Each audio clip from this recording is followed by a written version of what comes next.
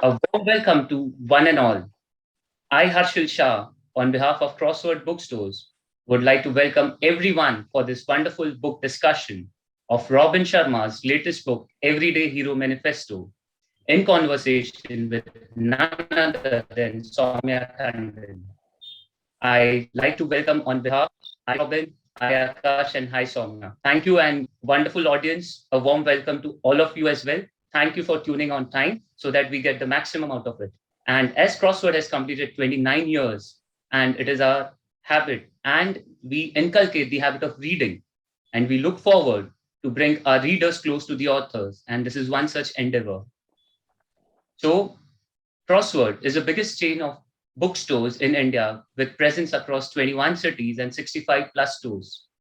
Crossword aims to be a point of cultural and social interaction where authors and poets hold court, where children regale, where people gravitate to be informed, to be entertained, and even enlightened. Now, I would also like to acknowledge our knowledge partner, Ryan Edunation, which is a joint venture between Ryan Group and Future Holdings, delivering end-to-end academic support and allied services to educational institutions, which optimizes the efficacy and quality of the education model. Our publishing partner, JECO Publishing House. So JECO Publishing House is celebrating its 75th anniversary, a huge round of applause for the Diamond Jubilee and everyone at JECO's team. So congratulations to all the authors, Akash and his wonderful team back at JECO, which publishes world-transforming authors, which we are viewing it live, like Robin Sharma, Stephen Hawking, Sadhguru, Osho, Morgan Housel, and many more such authors, which you all would have read and witnessed. While in this lockdown, if we all would have witnessed the need, for self-help, some motivation, some inspiration, and if you all see the catalog or the list of JECO, which is the cornerstone, they publish, self-help, they publish mind, spiritual body, and many such philosophy, religion, and many such genres. So, and with their national distribution, which is so strong that they are present in every nook and corner of the country. Apart from it, they are also being translated in 9 such languages in Indian regional languages. Without taking much due, I would now like to request Akash Shah of JECO Publishing House to introduce Robin and Saumya and take the event forward. Thank you. Good evening, everyone. Can you hear me? Yes. Yeah. Good evening, everyone. Thank you for joining us. I'll quickly start by introducing Robin and Saumya. Robin, I want to thank you very much for being part of this event. And I know you're extremely busy, so it's wonderful to have you here. And the same with Saumya. I know you do have an amazingly busy schedule. Thanks a lot for making time for this event. And I'm sure that your discussion with Robin will be amazing, and we're all really looking forward to it. Robin Sharma is a humanitarian who has devoted his life to helping people express their highest natural gifts. He is widely regarded as one of the top leadership and personal mastery experts in the world. His clients include NASA, Microsoft, Nike, Unilever, GE, FedEx, HP, Starbucks, Oracle, Yale University, PwC, IBM Watson, and the Young Presidents Organization.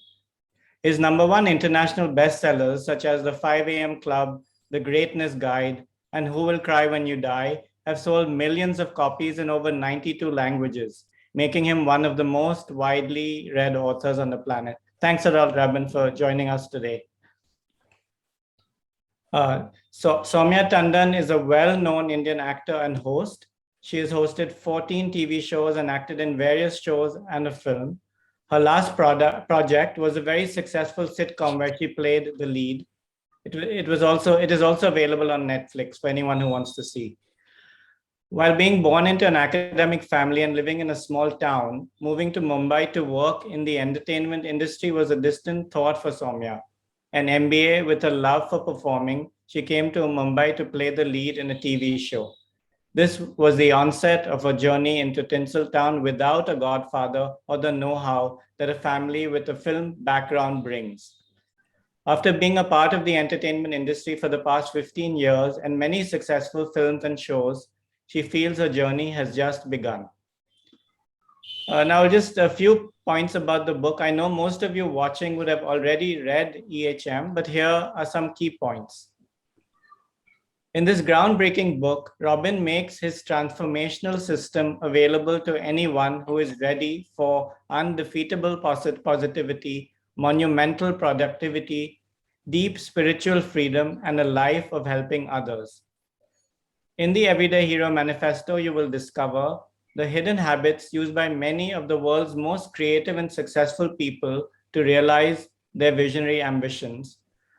A breakthrough blueprint to battle-proof yourself against distractions and procrastination so that you produce magic that dominates your domain. Pioneering insights on adopting world-class routines that will lead you to achieve superhuman fitness and become the most disciplined person you know. Part memoir of a life richly lived, part instruction manual for virtuoso great performance, and part handbook for spiritual freedom in an age of high velocity change. The Everyday Hero Manifesto will completely transform your life forever. Now over to you, Saumya and Robin. Thanks a lot. Thank you so much, Akash. Thank you, Harshal. Robin, such a delight. I'm so delighted to have this conversation with you. Welcome. Thank you, Saumya. Saumya, it's a pleasure to be with you. So before I start asking questions, I have to tell you this. I don't know if there is anything called providence, but the first time ever I read your book was, at a stage in my life, and I was in the corporate world after my MBA, and I was in a very dark and confusing space where I wanted to follow my heart and follow my passion, which I eventually did. And now I read this Everyday Hero manifesto at this point in time of my life, and I'm trying to change gears, come out of comfortable and aim higher. I mean, you are a God sent message maybe. So what a pleasure. But I want to ask you, Robin, I was just looking at a video of yours, and you said that this book is the most valuable book that you ever wrote. Why would you say that? I think, Saumya, I think it's the most personal book I've ever written, as well as the most valuable book I've ever written. When I wrote it over 16 months during the pandemic, and I just, I handcrafted every line with great love, and I tried to do the best I possibly could.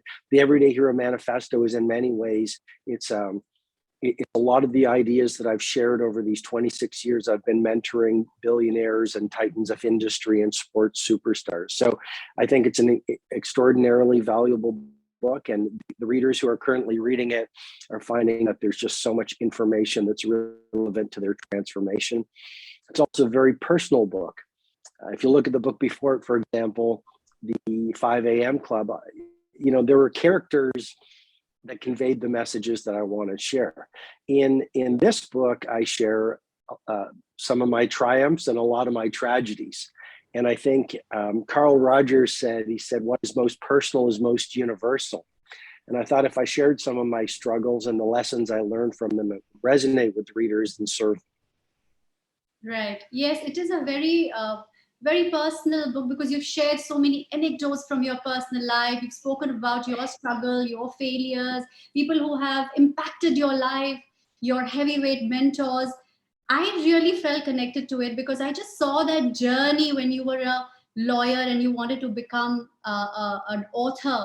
And I just could see myself that how I was, from a family of academicians and scientists, wanting to come into the world of entertainment and glamour with absolutely no knowledge and no connection.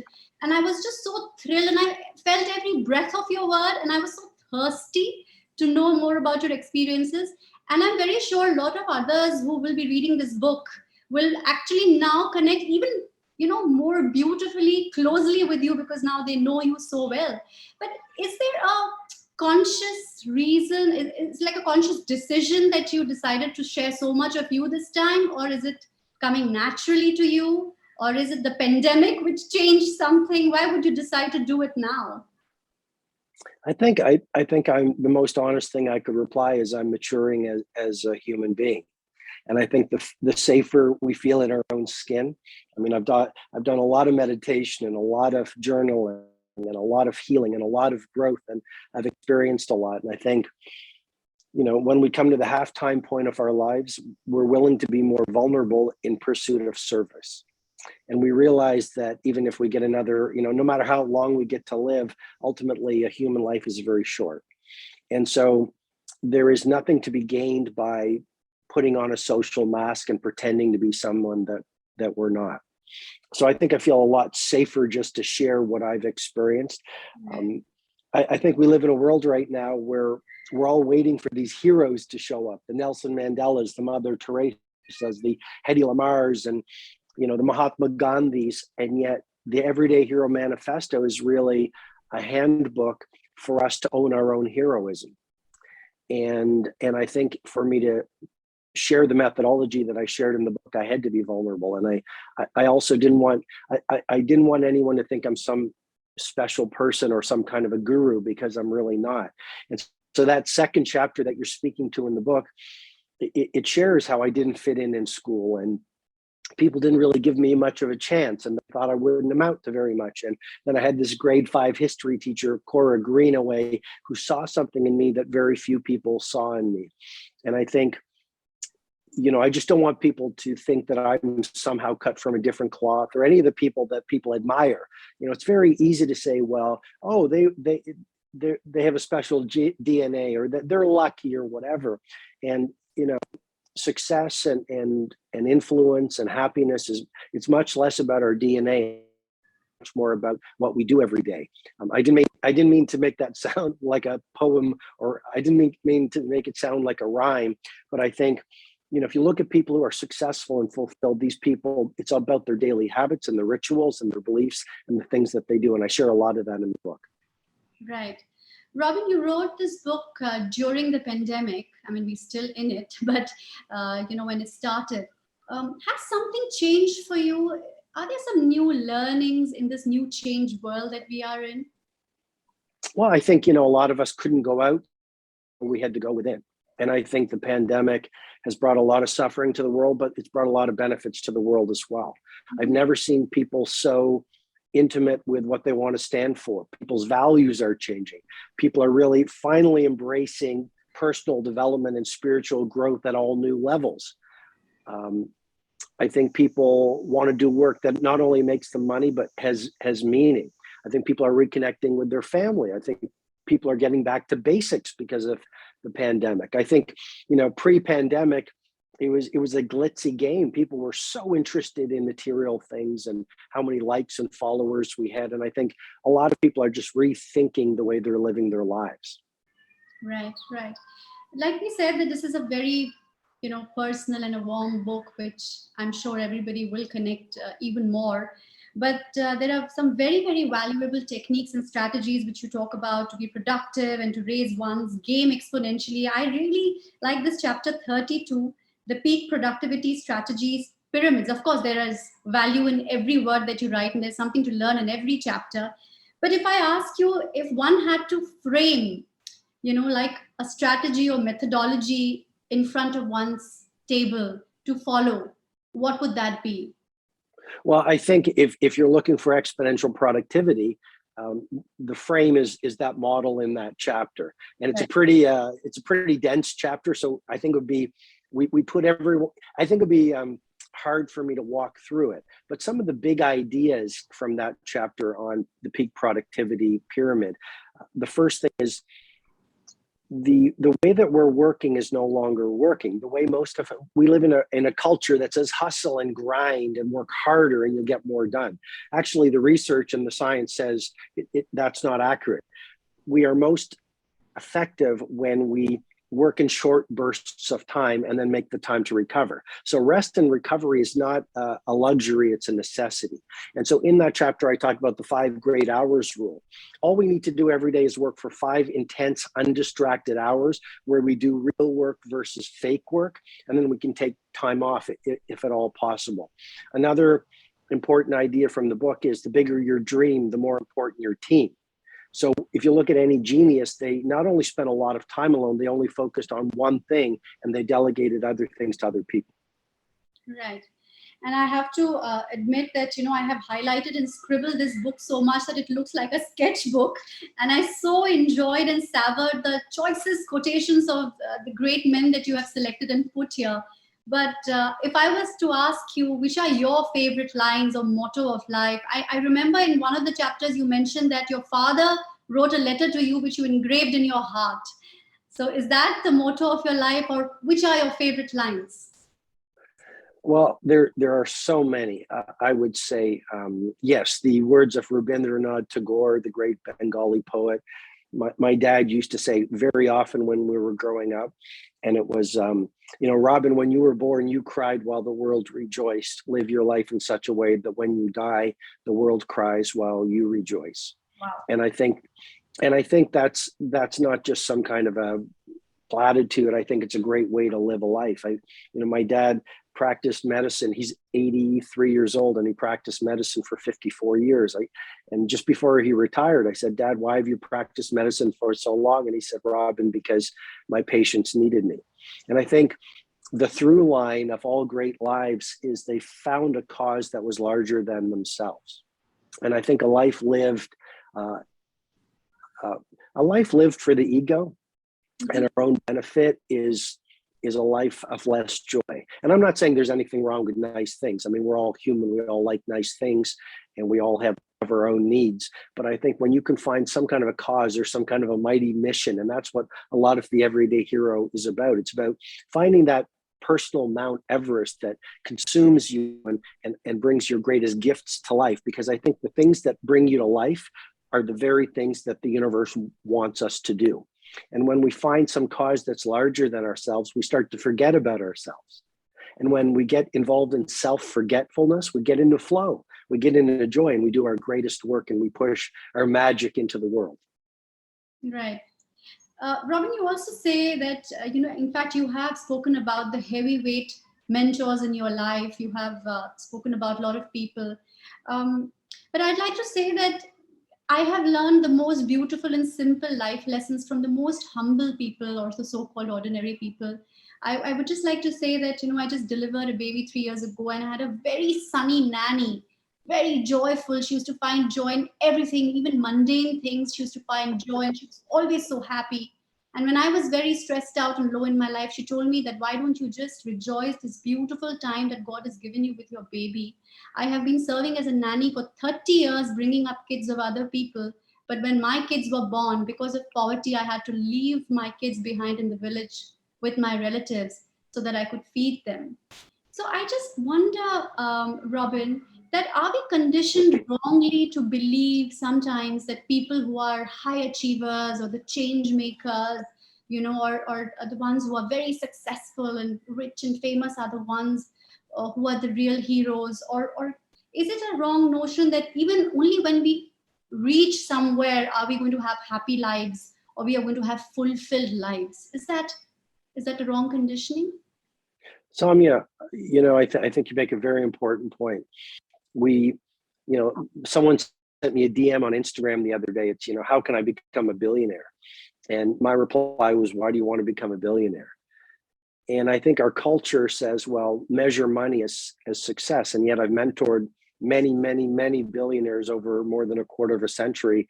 And a lot of them are very unhappy and money is all they have. And so I don't like the word wrong, but I think there is a programming in our society that worships the people who have the most money.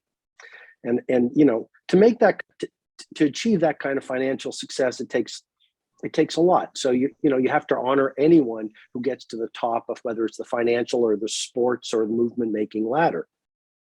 Having said that, I don't think the street sweeper is any less important or any less. I don't know if I lost you here. I can hear you. Okay.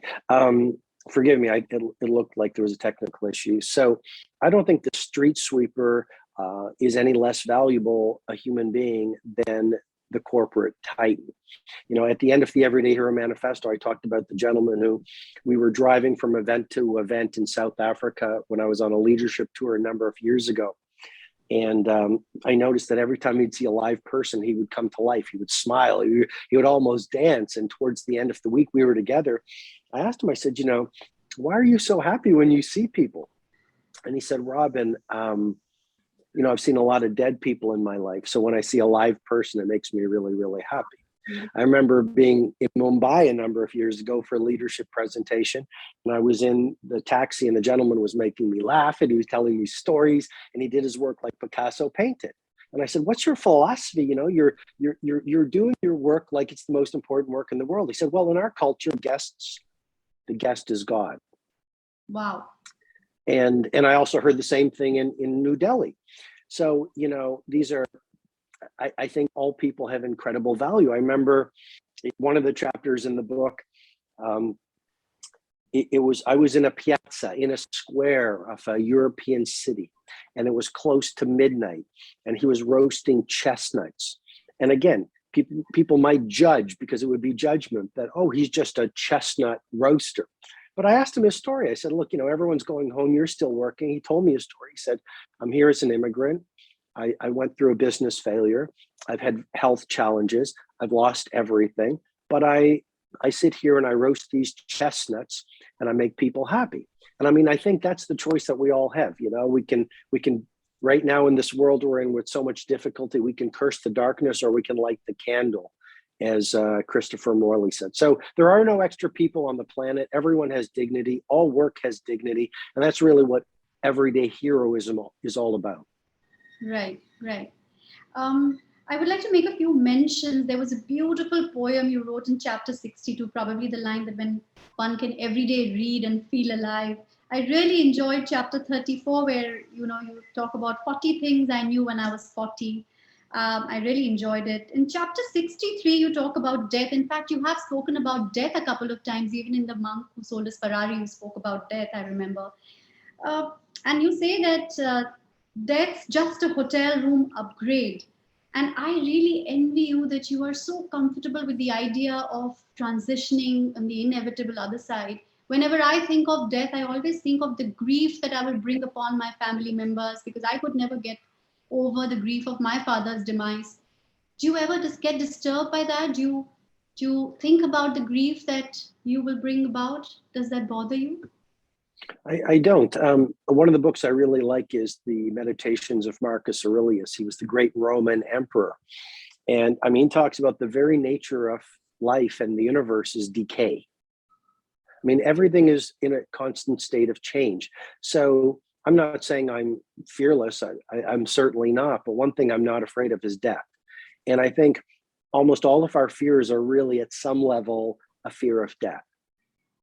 And so once we make peace with the fact that our hours are numbered, we stop holding back. I mean, when you think about most of the things we don't do, it's a fear of rejection or what people will think of us. And when you realize that everyone that we are trying to please right now will be dead in 100 years, we start to live our life much more fully. I mean, what's in that chapter of the Everyday Hero Manifesto, I said, we're going through life. We have our challenges. We have our highlights. We have our great days. We have our times in the valley of darkness. It's almost like we're living in a 4-star hotel. When we die, I think it gets even better. We get an upgrade. We go up to 5 stars. Why would we be worried about it when we're going to an even better place? So you talked about programming. I think our cultural programming is, death is a bad thing. I think death is just a transition. And when we make peace with our mortality, we can actually start to live with more heroism, more bravery, more love, more creativity, and we stop being so frightened of being rejected. Right. Robin, you also have a foundation, which is a not-for-profit venture that helps children lead better lives, and you focus on kids suffering from leprosy. Would you like to tell everybody who's here and our readers more about it? And if somebody wants to contribute, how can one do that? Well, I think, first of all, I really want to thank Crossword for the incredible support over so many years. I think they're an incredible organization, and any organization that brings books to people in this world of, so many people in love with entertainment is a great organization. So, but everyone who's on this conference with us, I think a lot of people have invested in a copy of the Everyday Hero Manifesto. And a portion of my royalties is going to help children suffering from leprosy. So everyone who's bought a copy of the book is already contributing to the foundation in some way or another. It comes from the fact my dad worked in India early in his medical career as a field doctor, and he worked with lepers. And about 4 years ago, he said to me, Robin, if there's any way you can help people suffering from leprosy, please do it, because it's a very, very difficult, very difficult ailment. And so I'm trying to do my best to help. You're really doing your father proud. That's so nice to hear. Thank you. Robin, since you mentioned India, has the Indian philosophy, Indian culture, or the spirituality from India has an impact on the way you think, you write? Oh, absolutely. Absolutely. And I mentioned my dad a lot, and I have to mention my mom as well. She's an amazing human being. I have a great family. But yes, Indian culture has, even the monk who sold his Ferrari, writing, I wrote that book 25 years ago, writing about meditation, writing about getting up early. I think so much of Indian culture informs what I write about. And I think it's a culture that really values in so many ways the importance of doing interior work. And I like where the world is at in many ways. It's very troubled, but also a lot of people are embracing spirituality. Meditation, so many people are embracing it. So many people are understanding that, beneath the layers of fear and doubt and disbelief that the world has taught us to believe, there is this hero, there is this, incredible power of creativity to shape our lives and to shape our worlds. And yes, so much of Indian culture has formed what I do. Right. What's next, Robin? Are you working on something? Are you planning something? I'm sure you would be. Well, the Everyday Hero Manifesto came out about a month ago. Right. And so, I'm really very spent. I gave everything to that book. I probably rewrote it 25 or more times. A lot of people who follow me on Instagram saw the entire process from when I started it in a hotel room in Tribeca in February 2019, 1 month or around the time the pandemic was actually starting. And they saw me writing it through the entire pandemic. And it was a very hard book to write. It took a lot out of me. It was also very inspiring. I pushed my craft to the edges, and I tried to make it the most valuable book I've ever written. So to be completely candid, as I always want to be, I'm really happy that the book is out. I'm really happy that it's doing so well. It's one of the best-selling books in the world right now. But creatively, I part of me wants to start writing another book, and part of me can't even go there, because cognitively and emotionally and spiritually, I'm pretty empty right now. So I'm spending a lot of my days just reading books. There's one in front of me right now called My Last Supper, 50 Great Chefs and Their Final Meals. Okay. I'm here in Rome, and I'm enjoying, good pasta and long walks in beautiful places. And I'm just trying to refill the creative well. Right. And I do remember that in the book you have written that it's very, very important to have leisure. Like you work for 5 hours in your day and you just soak in life and enjoy, and leisure is as much as important. Thankfully, you say that. Well, John Lennon said it very well. He said, time you enjoy wasting is not wasted time. Wow. And a lot of the Everyday Hero Manifesto is really a call to action to embrace the value of recovery and rest, and as Mr. Riley of the 5am Club would say, living in the magic of life. Because it's very easy in this world of hustle and grind to feel guilt and shame if we're not working all the time. But it's those times when we're reading, those times when we're having great conversations, and those times maybe we're traveling when it's safe to do so, or just taking a long walk in a part of our city that we might not know. Those are the times we actually are incubating our next ideas. And if all you're doing is working, you're not allowing your mind and your spirit the freedom to incubate its next level of ideas. Right. But Robin, the definition of leisure has changed so much. I see around, there is such a lot of screen addiction, you know what I mean, because of social media or because of so much of digital influx in our lives. I think it is probably a worse addiction than alcohol or maybe it's as bad as drugs, because it's not even talked about, it's not even recognized. People just pretend that they are working, but it's actually addiction sometimes. I think it is recognized. I think the fact that the screen addiction and the digital addiction creates, that dopamine addiction, which is almost as powerful as a drug addiction. I think it's starting to be very well recognized. And I think, there's a line in the book, which is an addiction to distraction is the death of our creative production. A lot of the Everyday Hero Manifesto is about exponential productivity. And it's the habits of the world's great geniuses. And one thing about every great genius, they all spent a lot of time alone in a distraction-free working environment.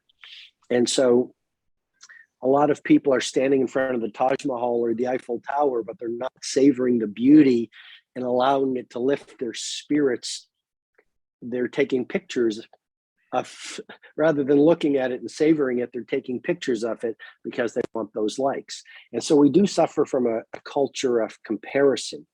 And a lot of people have fallen into the trap of living their lives designed to please other people and get social media likes versus actually being busy handcrafting a life that they'll love at the end. So you're right. I think you can change the world or play with your phone. You can't do both. Yes. I mean, I do agree that it's recognized, but here, even in probably, a country like India, we see that the parents are again giving mobile phones to the kids at a very young age without realizing what it could do to a child. And unfortunately, because of the pandemic, there was so much of online education which was encouraged in very young kids. Like, I'm not talking about the senior kids, but the very young kids of 4 years old, 5 years old, because all their education was online. Don't you think that it is very dangerous, or am I just overreacting? Well, I think technology is a beautiful servant, and I think it's a vicious master. And I think we should embrace the power of technology to be a great servant. I think a lot of online education is fantastic, for example. I think we can build a business right now with a phone. We can chat with our loved ones in a pandemic thanks to a lot of these platforms. So there's incredible good brought to us by technology. I think if we are checking our phones and our social media feeds 300 times a day, and we're not inhabiting the present moment, and we're not doing real work, we're just busy being busy, then I think it's a problem. And I think it's draining. It's preventing us from living our promise. So I think it's how you use technology. And I think you're absolutely right. There are a lot of people who are really not aware of how addicted they are to technology. And like I say, if you want to do incredible creative work and you want to do be your most productive self, and you want to change the world and enjoy life, like be happy, you've got to put down the technology and be in the present moment for a significant amount of time every day. Right. Robin, there are some very interesting questions that we have for you. Sure. Yes, people have sent, and I would like to include them. I don't want to miss out on them. There is a question by Miss Mrudula Gaikwad. She's the principal of Ryan International Academy, Bhavdan, and she's asking you how to face fear and embrace your own power. Well, there's a chapter in the Everyday Hero Manifesto called Hug the Monster. And it's about this group of people. They climbed up high in the Himalayas, and they saw there was this temple, and across the temple, there were these dogs on a chain, and the dogs broke free and they started running towards the group, and everyone turned around and ran the other way, except for the great master, who ran directly towards the dogs. And as the dogs started running faster, he actually ran faster. The dogs became even more vicious and ran even more quickly. But the master started laughing and continued to run towards the dogs. Eventually, the dogs ran away, and the master was victorious. And the metaphor, the message of that story in the Hug the Monster chapter is, when you hug the monster, you walk down to the cellar and you actually embrace the monsters you thought were so big. When you run towards your dogs of fear, you realize they were taught to you and they're actually self-created, they're illusions. And so how do you embrace your fear? You consistently do difficult things. How do you overcome your fear? You realize that everything that you're frightened to do, you have given your human agency and power to. And when you consistently daily start to lean into the things you're afraid to do, you take your power back. And if you do it every single day, you start to rebuild yourself into an everyday hero. Right. Mr. Anurag Sharma from Ryan Education School, Jaipur, has two very interesting questions. He's asking, we have seen in recent times that children need a strong mental support. What would be your advice to the education institutions for building a strong foundation for greater mental stability? Did you say mentor or mental? Mental. Mental. I would say, I would love to see a world where character education, personal development, communication skills, overcoming difficulty, and spiritual mastery were part of the everyday curriculum, along with mathematics, geography, and languages. So I think, how do you help kids become, mentally strong? You make that a part of the curriculum. And it's not only, we live in a world where people talk so much about a mindset. In the Everyday Hero Manifesto, I actually say there are 4 interior empires that a child or a human being, any human being, should work on. It's not only mindset, it's heart set, health set, and soul set. Our mindsets are only our psychology. We also have an emotional life, our health set. We also have a physical life, our health set. We also have a spiritual life, which I call our soul set. So to the person asking, I'd say, make building stronger children and helping them become everyday heroes part of the curriculum. I'd say the second thing is, and all the teachers know this, but the job of a teacher is to shine a light on the promise and potential of children.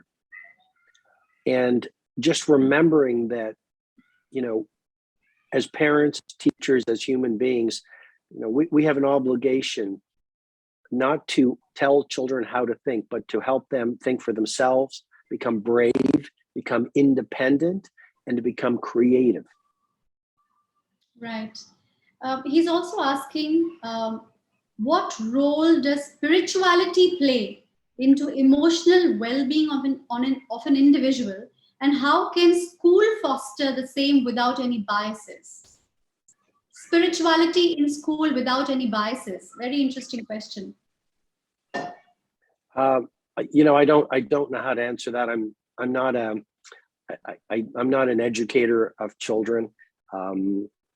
I honestly don't know how to answer that. I'm not sure I understand the question. I think he's asking that how much value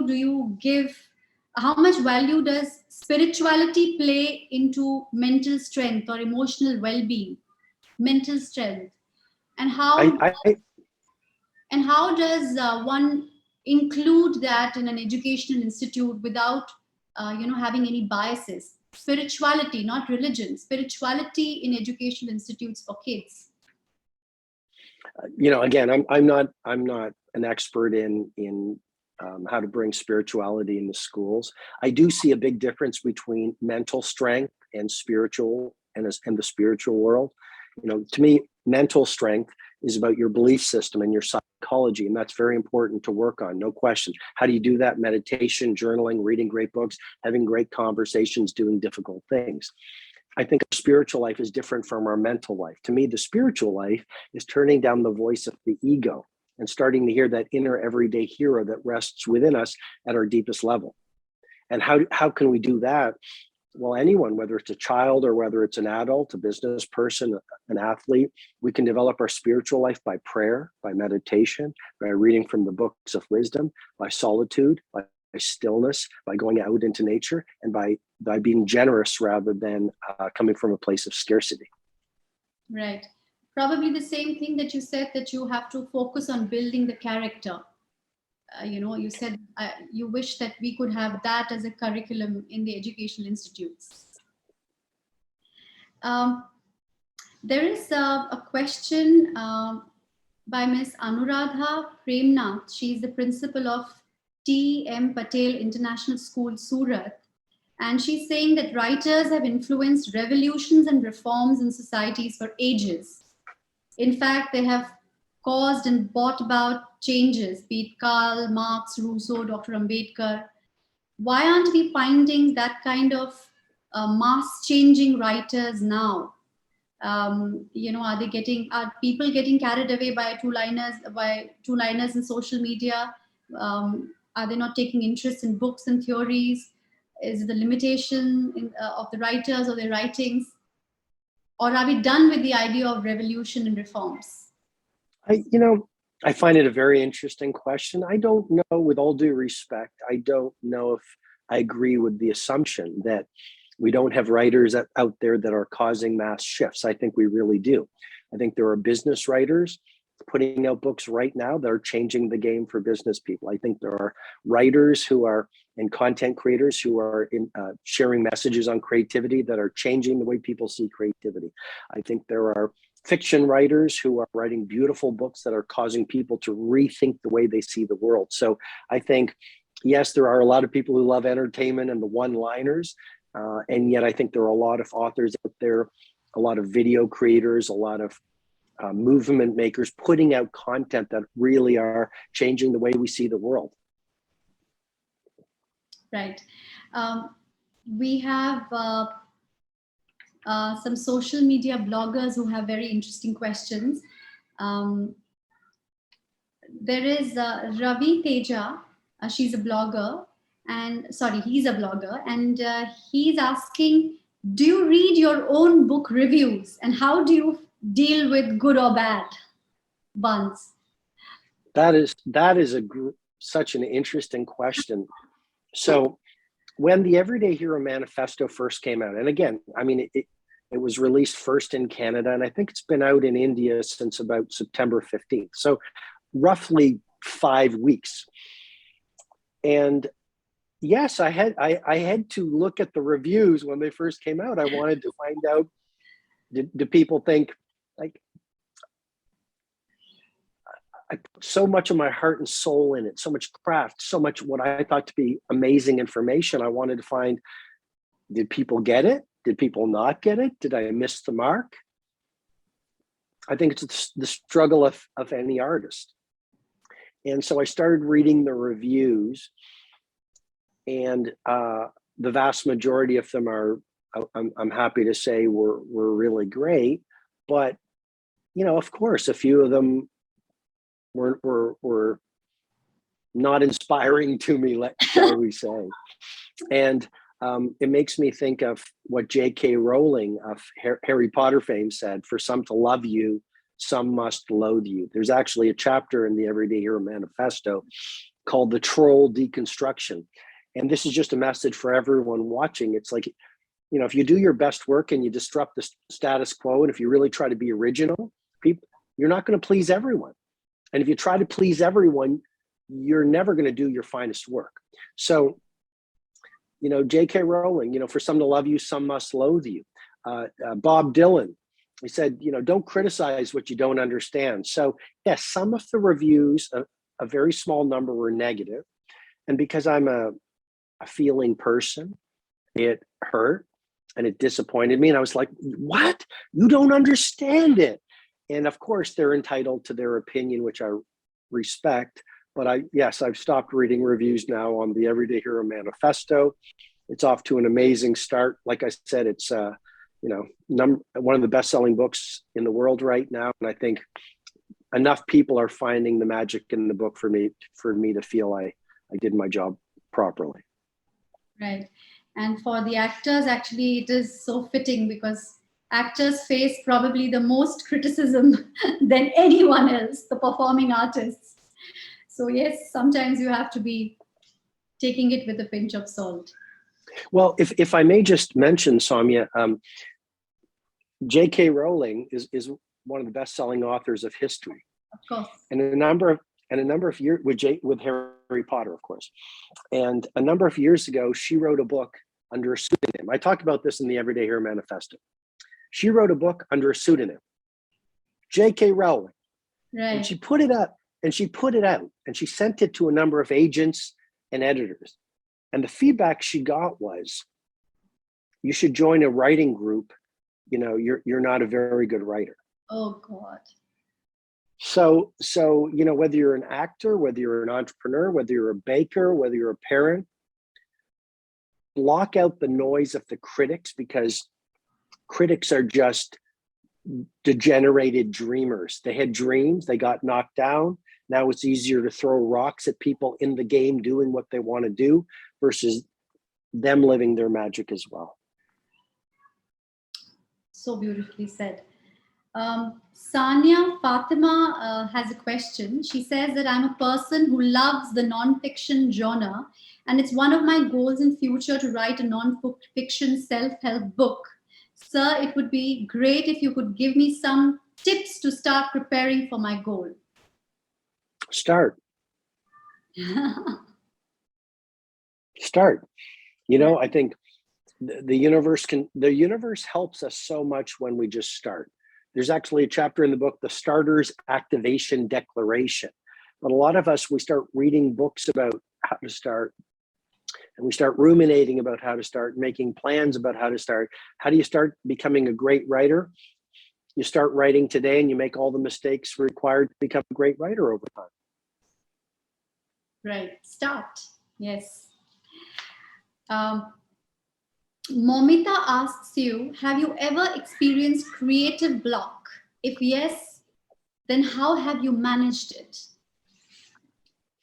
I've never experienced creative block, except for today, yesterday, the day before that, and the day before that. You know, I mean, the very nature of being an artist is sometimes you're on fire and sometimes you have nothing to say. And you just make peace with the fact that the creative journey is not a linear journey. You know, I've read the people like Stephen King and Ernest Hemingway. They sit down at 5 a.m. every morning. They just start to write. It doesn't work like that for me. Some days I wake up and it just flows and I can sit there for 5 or 6 hours and the muse is just pouring ideas and lines and fully formed paragraphs. And sometimes I have nothing to write and I just call it a day because, you know, whatever I'm writing, I'm going to have to throw it out anyway. And I just go for a walk with my dog or, you know, have dinner with have lunch with my family. Right. There's another question by the blogger Ravi Teja. Which chapter from EHM is your favorite one? I think maybe the first one, where it's basically a creed for people to wake up and become their truest selves in this world of, you know, a plague and wildfires and social unrest, and so many people giving away their power. So many people saying, you know, there's just too many great people operating like a victim. I'm too busy to read. I'm too busy to do this. I just can't do this. I can't grow my business because of the economy. I can't find love because of my past. And I think you can live a world-class life, or you can make excuses, but you can't do both. So I think the first chapter of the Everyday Hero Manifesto is very powerful. I think the chapter where I was left on the top of an incredibly high mountain was one of my favorite chapters. I think the one you mentioned, the peak productivity strategies pyramid, that the information from that pyramid I've taught to billionaires and titans of industry for many, many years, and it's helped them extraordinarily shift from distraction and being busy to putting masterwork out in the world.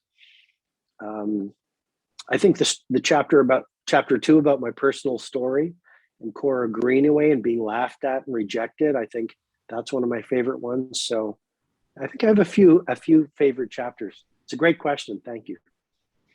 In fact, I feel that it's got some very nice treats in the end also, where you speak about 25 books to read before you die, 25 films, 25 documentaries. I have marked them all. And of course, this book is adorned and kept in the library, and to be picked up not once but many times for references, and many times to remind yourself, and so many strategies which probably should be framed, and quotations which have to be framed in your office and your bed, in your bedroom. Robin, this is really such a beautiful book. Genuinely, it is one of your most special books, and what a pleasure to speak with you. It's been such a delight to speak with you. Thank you so much for being a part of this conversation. Saumya, thank you for your preparation. Thank you for all of your questions. Thank you for everything that you do to inspire so many people.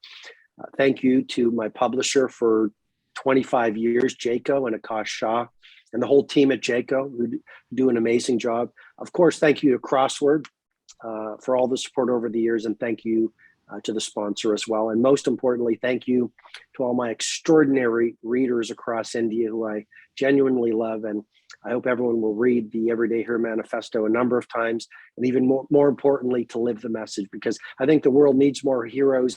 Why wait for them to show up when we can all become one of them ourselves? Yes. And thank you, Akash, and thank you, Harshal. Can we have you? So we really enjoyed, and would really like to thank Robin Sharma and his team, and obviously Saumya Tandon. So Robin, thanks from the heart, for giving your experiences over the years, and which is really inspiration for all of us through your books and what we heard today. And thanks, Saumya, for sort of having these beautiful questions so that we could get more out of Robin. And as Robin said, you could curse the darkness, or you could light a candle. So this, with this hope, we really enjoyed the session. And something what Robin we really enjoyed in this book is, as readers, which we were not having a privy to your personal life. So I guess this book holds a lot about your personal life. So thanks, first of all, for sharing a lot of your personal about your family. And as you rightly said, something which is personal is more universal. So really happy, and would also like to thank Akash from the Jaco Publishing House and his entire team. Would like to thank our knowledge partner, Ryan Edunation, and all the wonderful listeners, viewers, who were who were listening, and they are really your extraordinary fan. And thanks one again, and to all of you. And we really look forward for more such pleasurable evenings and events at Crossword. So thank you. Namaste.